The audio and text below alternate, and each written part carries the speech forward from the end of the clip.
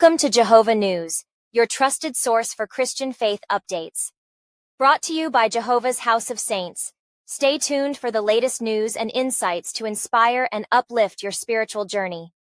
Stay connected with us as we bring you all the breaking Christian news, presented by the dedicated team at Jehovah's House of Saints.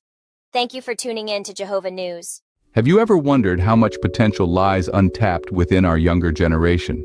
Picture this: a 12-year-old boy named Jesus, left behind by his parents during a journey. Imagine their panic when they realized he was missing, their frantic search that lasted 3 long days. Now, imagine their surprise when they found him, not lost or scared, but in the temple, teaching and astounding others with his wisdom. This isn't just a story, but a lesson, a testament to the immense potential of the young. Mirroring this tale is a verse from the book of Jeremiah. "Call to me and I will answer you, and will tell you great and hidden things that you have not known." Just as Jesus, at a tender age, astounded adults with his wisdom, our children too hold a profound potential to enlighten us, if we only let them. The wisdom of a child can be surprising, especially when they're given the opportunity to explore and understand religious teachings. In schools, children are guided in various subjects, molding their minds, shaping their understanding of the world. Why not extend this guidance to spiritual teachings as well? By introducing Bibles in schools, we open a door for them, a door that leads to a path of understanding, wisdom, and ultimately peace. Every child has the potential to teach us something new, something profound, just as Jesus did at the age of 12. But for that to happen, we need to give them the tools, the teachings, and the freedom to explore their faith. We need to remember that children aren't just the future, they're also the present. Their voices, their wisdom, their potential, it's all here right now, waiting to be tapped into. So let's look to our children, listen to them, learn from them. Let's give them the chance to astound us with their wisdom, just as Jesus did in the temple. Because remember, just as Jesus at a tender age astounded adults with his wisdom, our children too hold a profound potential to enlighten us, if we only let them. What if we could tap into this potential by introducing religious education in schools? Imagine a world where wisdom is not confined by age or experience. In the passage from Jeremiah 33:3, we are invited to call upon God, and he promises to show us great and hidden things that we have not known. This divine invitation is not just for the learned scholars or the experienced elders, but for everyone, including our children. The story of Jesus teaching in the temple at the tender age of 12 is a testament to this. His parents, Mary and Joseph, were astonished by the wisdom that flowed from him, wisdom that was not expected from someone his age. This incident paints a vivid picture of the potential that lies within our children, potential that could be tapped into through religious education. By introducing Bibles in schools, we are providing our children with an opportunity to engage with the divine, to seek wisdom beyond their years, and to share it with us. This is not about indoctrination, but about empowering our children with the tools to explore faith and morality, to question, to reflect, and to grow. This is an invitation to unlock the doors of wisdom in the hearts and minds of our children. It is a call to give them the chance to explore the teachings of the Bible, to engage with the stories, the parables, the lessons, and to interpret them in their own unique ways. It is a chance to see the world through their eyes, to understand their perspectives, and to learn from them just as much as they learn from us. It's a call to let our children lead us to new understandings, to show us things we did not know, and to remind us of the wisdom that can be found in unexpected places. Like Mary and Joseph discovered, sometimes the wisdom we seek is right before our eyes, in the hearts and minds of our children. But what if not everyone agrees with this approach? Now that's a question we often encounter. It's a valid concern, and it's one we can address through the lens of Romans 14.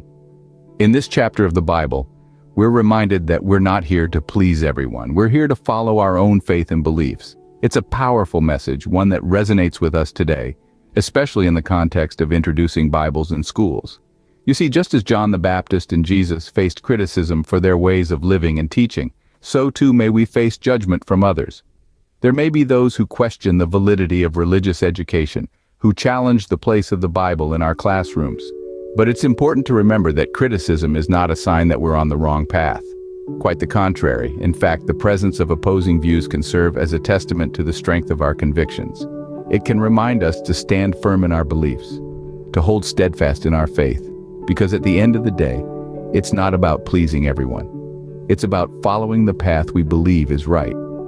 And when it comes to our children's education, isn't that what we all want? To provide them with the best possible guidance, to equip them with the knowledge and wisdom they need to navigate this world? We believe that including the Bible in our schools can do just that. It can serve as a beacon, illuminating the way for our young ones. So yes, there may be dissenting voices, there may be those who disagree, but let's not let that deter us. Let's remember the lessons from Romans 14. Let's remember that it's okay to face criticism, to stand up for what we believe in. Just as John the Baptist and Jesus stood firm in their faith, so must we in our conviction that religious education can benefit our children and our society.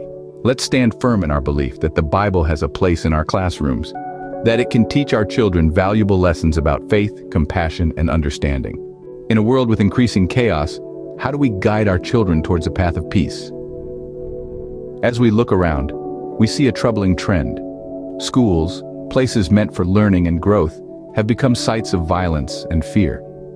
The rise of school shootings is a chilling reminder that our children are navigating a world far more complex than the one we grew up in. In these turbulent times, the need for a moral compass has never been more critical. But where does this moral compass come from? How do we instill in our children values of respect, kindness, and empathy? The answer, we believe, lies in religious education. By introducing the teachings of the Bible in schools, we provide our children with a guiding light. These lessons instill in them the values of love, compassion, and understanding, the very values that seem to be fading away in our society. Now, we're not suggesting that religious education is the cure-all for the problems our children face, but it is a step towards providing them with the moral guidance they need to navigate the world. Just as Jesus, at the tender age of 12, astounded others with his wisdom and understanding, so too can our children, if given the right tools and teachings. In allowing Bibles in schools, we give our children more than just books. We give them a window into a world of moral and ethical teachings, a world where they can learn about the power of forgiveness, the strength of love, and the importance of humility. We give them a compass, a guide to navigate through life's challenges. And just as Mary and Joseph found Jesus in the temple, teaching and astounding others, we too may find our children teaching us, astounding us with their wisdom and understanding. By allowing Bibles in schools, we give our children a compass to navigate through life's challenges. And in doing so, we take a step towards a world where peace and understanding are the norm, not the exception. So how can we make this happen, you may ask? Well, it begins with each of us taking a step, however small, towards making a change. In the spirit of unity and progress, we call upon you to join us in advocating for the inclusion of Bibles in schools. Picture this, a generation of children growing up with a deep understanding of God's teachings, a moral compass guiding their actions, and a sense of purpose. These children could be the change we need, the beacon of hope in a world that often seems lost in chaos. By introducing Bibles in schools, we're not just giving them a book, we are providing them with a roadmap to a virtuous life. But this isn't just about the children, it's about all of us. It's about fostering an environment where we're less judgmental and more open to the teachings of God. Remember, as Romans 14 tells us, we are not here to please everyone, but to follow our faith and beliefs. Let's create a society where everyone feels comfortable expressing their faith, where everyone respects the beliefs of others, and where love and understanding prevail over judgment and intolerance. Now, imagine if we could start this change in our own communities, in our own schools. It might seem like a lofty goal, but remember Jeremiah 33:3. Call upon God, and he will show you things you did not know. We have the power to make a difference, and it starts with a single step. Visit jehovahsaint.com and make a $1 donation to support this cause. It might not seem like much, but every little bit counts. Your contribution could be the catalyst for a brighter, more peaceful future. By supporting religious education in schools, we pave the way for a brighter, more peaceful future. So visit jehovahsaint.com and make a $1 donation to support this cause. Together we can make a difference. Together we can change the world.